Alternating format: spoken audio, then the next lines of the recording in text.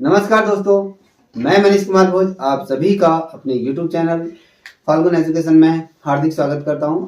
दोस्तों, जैसे कि आप सभी को ये सर्वविदित है, इस चैनल के माध्यम से हमने राजनीति विज्ञान की यहाँ पर एक श्रृंखला प्रारंभ की है, जिसके अंतर्गत हमने संविधान का विकास किस तरीके से होता है, संविधान के अंतर्गत कौन कौन से आर्टिकल दिए गए हैं, वो सारी चीजों को हम यहाँ पर डिस्कस करें।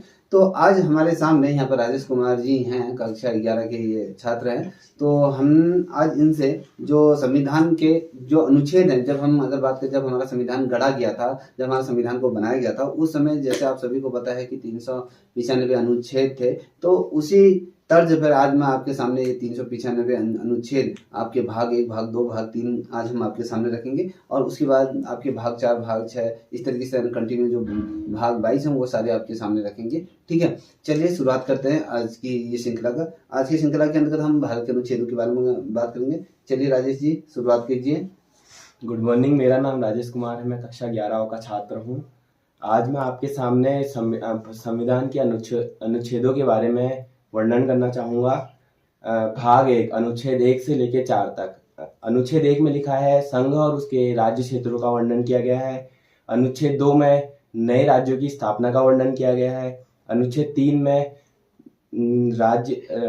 राज्यों की सीमाएं तथा उनके नाम में परिवर्तन का वर्णन किया गया है। अनुच्छेद 4 में अनुसूची 1 और 4 के संशोधन तथा अनुपूरक विषयों पर उपबंध करने के लिए अनुच्छेद 2 और 2 और 3 के अधीन विधियां लिखी गई। देखिए, जैसे इन्होंने अभी आपके भाग 1 आपके सामने रखा, जैसे हमने कहा भाग 1 में अनुच्छेद 1 से लेकर 4 तक का वर्णन किया गया है। ठीक है, तो ये जो जितने भी प्रतियोगिता परीक्षाओं की तैयारी कर रहे हैं बच्चे, जो आगामी चाहे सिविल सेवाएं की तैयारी कर रहे हो, या समूह की तैयारी कर रहे हो, या फिर लेक्चरर की तैयारी कर रहे हो, जितने भी बच्चे लेक्चर की तैयारी कर रहे हैं, मैं आपको ये लिखित ये कह सकता हूँ, ये मैं पूरी तरह से अस्वस्थ होकर कह सकता हूँ कि आपको ये जो अनुच्छेद जो 95 जो अनुच्छेद हैं वो आपको बाय हार्ट याद नहीं होंगे। तो हमारी कोशिश ये रही कि इन बच्चों को हमने ये बाय हार्ट याद कराने का प्रयत्न किया गया, और उन्होंने उस चीज़ को करके भी दिखाया गया। ठीक है, जैसे हमने अनुच्छेद 1 की जब बात करें तो संघ और राज्यों के बारे में, इसमें जो संघ और राज्यों के बीच किस तरीके से संबंध होना चाहिए, वो सारी चीज़ें इसमें विस्तार से उसका चर्चा की गई है, इनके अंतर्गत क्या हो गया। और साथ ही अनुच्छेद 2 की जब हम बात करते हैं तो इसमें नए राज्यों का किस तरीके से उदय होगा, किस तरीके से क्या चीज़ें होंगी, वो सारी चीज़ें, इसका प्रावधान और उसकी स्थापना के बारे में चर्चा करेगी। और वहीं अगर हम अनुच्छेद 3 की बात करते हैं तो इसमें जैसे राज्यों की सीमाओं का निर्धारण किया जाना है, उनका नाम के संबंध में चर्चाएं की गई, वो सारी चीज चर्चाएं कि इसमें होगा। अगर हम किसी भी राज्य का ये नाम परिवर्तित करना है, या फिर उससे संबंधित उसकी सीमाओं की विस्तारित जो चीजें होती हैं, अगर हम उसको करते हैं तो वो आर्टिकल जो 3 है उस अनुच्छेद 3 में ही उसका संपूर्ण तौर पर जिक्र किया जाता है। और जो अनुच्छेद 4 है उसमें जैसे अनुच्छेद आपकी जो पहली है और ये जो चौथी है, उसका जो क्या है, उसमें कहीं ना कहीं संशोधन की ये बात करता है, और उसके अनुपूरक की विधायी की ये चीजें होती है। आई होप यहाँ तक आप समझ गए होंगे। चलिए अब हम बात करेंगे भाग 2 के बारे में बात करेंगे। आर्टिकल कहाँ से कहाँ तक है इसमें? भाग 2 नागरिकता आर्टिकल है, इसमें 5 से 11 तक। तो नागरिकता के प्रावधान, हमारे जो नागरिकता, हम जो कोई भी बच्चा है अगर कोई भी इस चीज को देख रहा होगा तो ये सोचिए हमारी नागरिकता क्या है। तो नागरिकता का जो प्रावधान जो लिया गया था, किस तरीके से क्या क्या चीजें कौन कौन से अनुच्छेद में ये लिया गया है, तो आपको पता नहीं। एक नागरिक होने के नाते तो आप ये को आपके नागरिकता से संबंधित जो आर्टिकल है वो समझ में आने चाहिए। ठीक है, आप कैमरे पर देख के बोलिए। चलिए, अनुच्छेद 5 में लिखा है संविधान में नागरिकता का प्रावधान। अनुच्छेद 6 में लिखा है पाकिस्तान से भारत आने वाले लोगों की नागरिकता। देखिए, अब इन्होंने 5 में जो बेसिकली अगर हम कहें तो इसमें भारत के संविधान में इस चीज का वर्णन किया गया है कि जो भारतीय हैं उनकी नागरिकता का कहीं ना कहीं प्रावधान रखा गया है। और इन्होंने अनुच्छेद 6 में जैसे इन्होंने बात करी कि भैया जो पाकिस्तान से, ठीक है, पाकिस्तान से जो व्यक्ति हैं या जो भी लोग भारत आते हैं तो उनकी नागरिकता का प्रावधान किस तरीके से दिया गया, उसका पूरे तरीके से उल्लेख किया गया है इसमें। ठीक है, चलिए। अनुच्छेद 7 में लिखा है जो लोग भारत से पाकिस्तान जाते हैं उनकी नागरिकता के बारे में लिखा है। अनुच्छेद 8 में भारतीय मूल व्यक्तियों की नागरिकता के बारे में लिखा है। अनुच्छेद 9 में नागरिकता की समाप्ति के बारे में लिखा है। अनुच्छेद 10 में नागरिकता के बने रहने का प्रावधान लिखा गया है। अनुच्छेद 11 में संसद द्वारा नागरिकता का अधिकार का विनिमय रेगुलेशन का प्रावधान लिखा गया है, अर्थात नागरिकता की सारी शक्तियां संसद के पास होंगी। अगर हमारे जितने भी हम एज ए नागरिक होने के नाते अगर हम बात करें ना, हमें जो नागरिकता से संबंधित जो हमें अधिकार दिए जाते हैं वो कौन किसके पास होते हैं? वो सारे अधिकार जो होते हैं वो आपके आपके पार्लियामेंट के पास होते हैं, संसद के पास होते हैं। आपके जो जो अधिकार है, जो मौलिक अधिकारों के तौर पे भी रखा गया है, बेसिकली अगर हमारे ये अधिकार, ये एक नागरिक होने के नाते हमें जो हमारे जो पार्लियामेंट है, जो संविधान है, जो संसद है, वो हमें प्रदत्त करते हैं, तो उसमें उसका उल्लेख किया गया है। तो इस चीज़ को आपको पता होना चाहिए कि कहाँ से क्या है।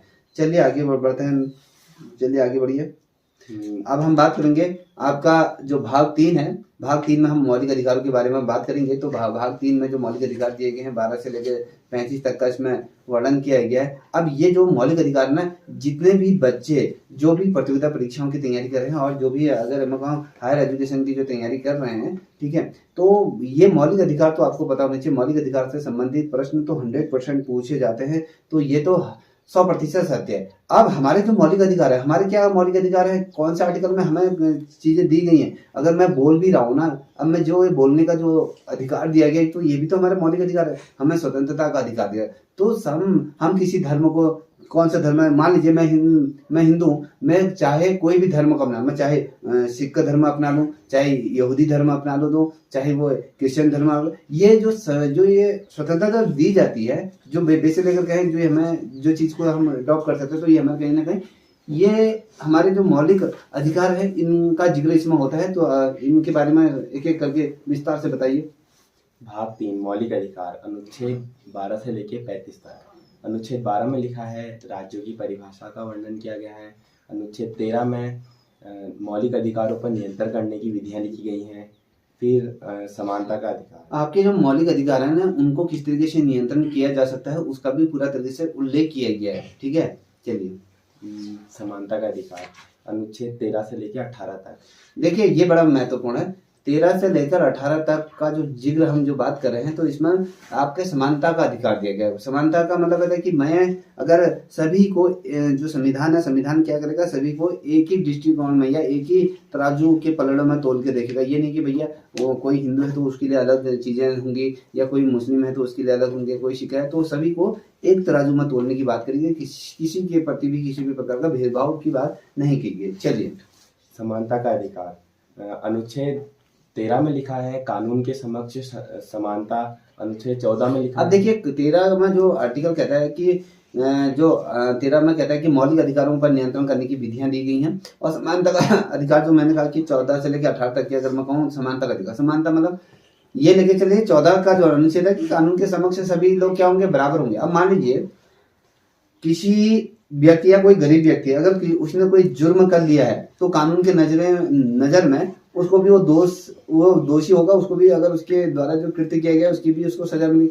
अगर कोई राष्ट्रपति का बेटा भी है, तो अगर उसने भी अगर वही कृत्य किया गया तो उसको भी उसी सजा दी जाएगी। कहने का मतलब है कि कानून ये नहीं देखता है कि वो बड़ा है या छोटा है, वो उसकी नजरों में हर कोई, चाहे वो राजा हो रंक हो, एक समान है। ठीक है, ये लेके चलेगा। इसीलिए हमने जब कहा गया कि कानून के समक्ष समानता, सभी लोग उसके सामने क्या होंगे, बराबर होंगे। ठीक है, ये नहीं कि भैया डीएम का बेटा है तो उसके लिए कुछ अलग सुविधाएं होंगी, गरीब का बच्चा है तो उसके लिए अलग हो गए, डीएम और मंत्री का बेटा है अलग है, मुख्यमंत्री का अलग है, राज्यपाल का अलग है, राष्ट्रपति का, प्रधानमंत्री का, नहीं, सभी को एक ही तराजू में लेके चलते हैं। तो इसीलिए हम इसको समानता का अधिकार ये कहते हैं। चलिए, अनुच्छेद 14 में लिखा है जाति, धर्म, जन्म, लिंग, स्थान के आधार पर किसी के साथ भेदभाव नहीं होना। अब देखिए 15 आर्टिकल भी बड़ा महत्वपूर्ण है, इसको भी समझने का प्रयत्न करेगा।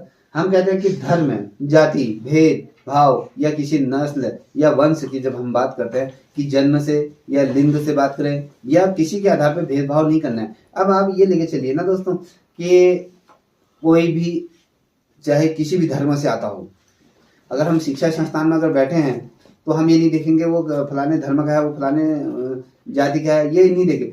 सभी क्या होते हैं, एक समान एक दृष्टिकोण से हम उसको देखते हैं। एक ही क्या करते हैं, एक ही तराजू के पलड़े में हम दोनों को बराबर तोलते हैं। तो ये कहता है कि संविधान ये चीजें नहीं कहता है कि किसी के साथ भेदभाव या अत्याचार करना चाहिए, चाहे वो जन्म के आधार पर हो या फिर किसी के आधार पर हो, तो इस तमाम चीजें।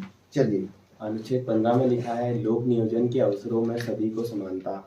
और अनुच्छेद 16 में लिखा है अस्पृश्यता का अंत। अनुच्छेद 17 में लिखा है उपाधियों का अंत। फिर स्वतंत्रता का अधिकार, बोलो, स्वतंत्रता का अधिकार। स्वतंत्रता का अधिकार 19 से लेकर 22 तक के उसका जिक्र किया गया है। ठीक है, 19 में क्या करें, बोलने और व्यक्ति की अभिव्यक्ति की आज़ादी। और अनुच्छेद 20 में लिखा है अपराध अपराधों के दोष को सिद्ध करने के लिए संरक्षण। और अनुच्छेद 21 में लिखा है, क्या लिखा था,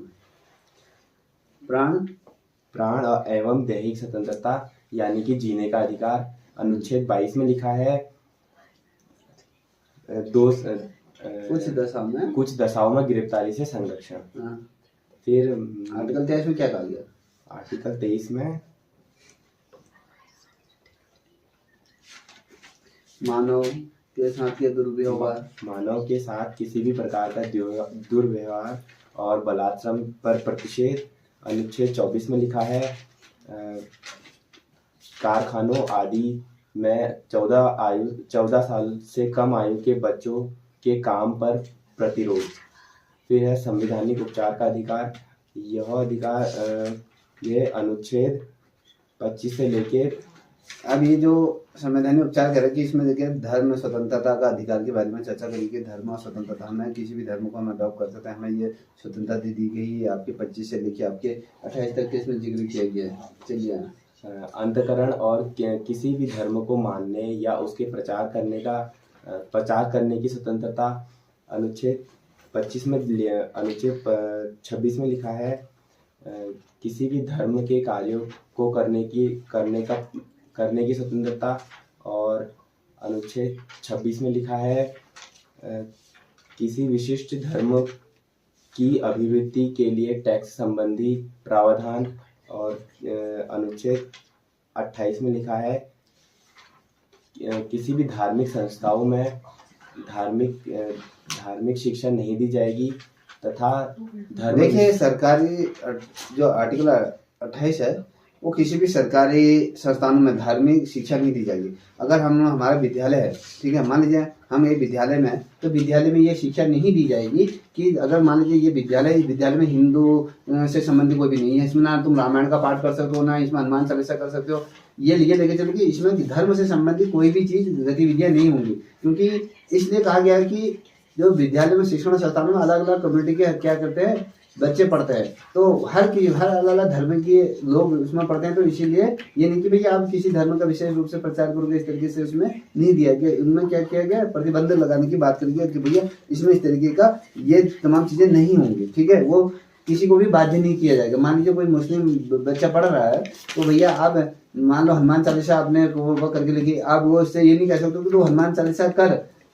आप मान लीजिए मैं हूँ, तुम यहाँ पर सारी चीजें आप लोग भजन कीर्तन गा रहे हो, मैं यहाँ पर बैठा हूँ, मैं एक भी शब्द नहीं बोला, मुझे उससे कोई मतलब नहीं है, तो आप मेरे को बाध्य नहीं कर सकते हो कि आप भी इस चीज को करो। नहीं, मैं उस चीज के लिए बाध्य नहीं हूँ। ये जो अधिकार कौन दिलाता है हमें, ये स्वतंत्रता का अधिकार जो देता है, आर्टिकल 25 से लेकर 28 तक का जो जिक्र किया गया है, ये हमारा अधिकार है, ये हमें अधिकार देता है। समझ में आ रहा है? तो इस तरीके से पता होना चाहिए। चलिए, संस्कृति और शिक्षा का अधिकार। अनुच्छेद 29 से लेके 30 तक, 29-30। अनुच्छेद 29 में लिखा है अल्पसंख्यक वर्ग को अपनी लिपि भाषा संस्कृति को संरक्षित रखने का अधिकार। देखिए, आर्टिकल 29 आपको कहता है कि भैया आपकी जो भाषा है, जो लिपि है, उसको संरक्षण करने का अधिकार आप लोगों को दिया गया है। किस तरीके से आप अपनी भाषाओं को संरक्षण कर सकते हो, वो तमाम चीजें इसमें दी गई, चाहे आपकी लोक भाषा हो, आपकी क्षेत्रीय भाषा हो या आपकी स्थानीय भाषा हो, सभी चीजों को उसमें संरक्षण का और संस्कृति को संरक्षित। जैसे अगर हम कहें हम उत्तराखंड के, हमारी जो उत्तराखंड की जो सांस्कृतिक जो धरोहर है, जो हमारी बोली है, जो सांस्कृतिक चीजें हैं, उनको हम सुरक्षित करने का ये हमारा निजी अधिकार है। ये हमें कौन देता है? संविधान इस चीज को अधिकार देता है कि भैया जिसमें कहते हैं सांस्कृतिक और शिक्षा संबंधी जो अधिकार होते हैं, तो उन चीजों के बारे में चर्चा करते हैं। 29 से लेकर आपके 30-31 में जिक्र किया गया। ठीक है ना? चलिए, अनुच्छेद 30 में लिखा है अल्पसंख्यक वर्ग को शैक्षणिक संस्थानों को संचालित करने का अधिकार दिया है। और फिर संवैधानिक उपचार का अधिकार, ये अनुच्छेद 32 से 35 तक। अनुच्छेद 31 में लिखा है रिट संबंधी प्रावधान। इसे डॉक्टर BR अम्बेडकर जी ने संविधान की आत्मा भी कहा है। कभी क्वेश्चन पूछा जाएगा कौन सी रीट को जो बाबा साहब अम्बेडकर द्वारा इसको ये कहा गया था कि संबंधित जो इसकी आत्मा का है, संविधान की आत्मा कौन सी रीढ़ को कहा गया है, तो आपको पता होना चाहिए जो आर्टिकल 32 है वो बहुत ज़्यादा महत्वपूर्ण है। आर्टिकल 32 को संविधान की आत्मा कहा गया है, तो इतना ध्यान रखिएगा, बहुत ही ज़्यादा महत्वपूर्ण प्रश्न। अगर कहीं पर आप लोग जाते हो तो आपको पता होना चाहिए कि आप ये पूछ सकते हो, आगे से जाके पूछ सकते हो कि जो आर्टिकल जो 32 है उसे डॉक्टर भीमराव अम्बेडकर ने संविधान की क्या कहा है, आत्मा कहा गया। ठीक है, तो याद रखिए। चलिए आगे बढ़िए। अनुच्छेद 33 में लिखा है मौलिक अधिकारों को लागू करने में संसद की शक्ति। अनुच्छेद 34 में लिखा है सैन्य या कानून के समय मौलिक अधिकारों पर नियंत्रण प्रतिबंध करने की विधियां। अनुच्छेद 35 में लिखा है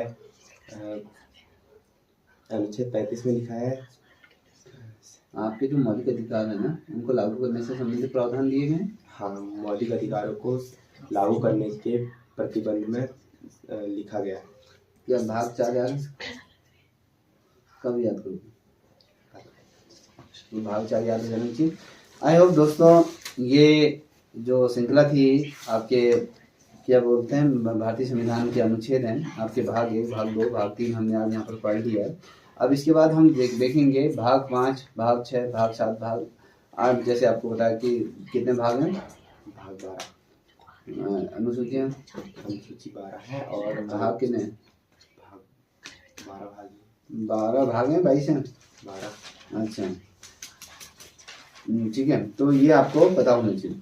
ठीक है दोस्तों, जैसे कि कुछ ही चीज़ें मैं आपको बता दूं, जैसे आपको ये भी पता होना चाहिए कि संविधान को जब लागू किया गया था 26 जनवरी 1950 को लागू कर दिया था, पहली बैठक 9 दिसंबर 1946 को हुई थी। ये सारी चीज़ें आपको याद होनी चाहिए, ये आपकी प्रतियोगिता परीक्षा में पूछी जाती है। आई होप ये वीडियो अच्छी लगी होगी, अगर अच्छी लगी होगी तो इस चैनल को भी सब्सक्राइब करें, साथ ही अपने दोस्तों को साझा करें। तब तक इतना ही, जय हिंद, जय भारत, जय उत्तराखंड।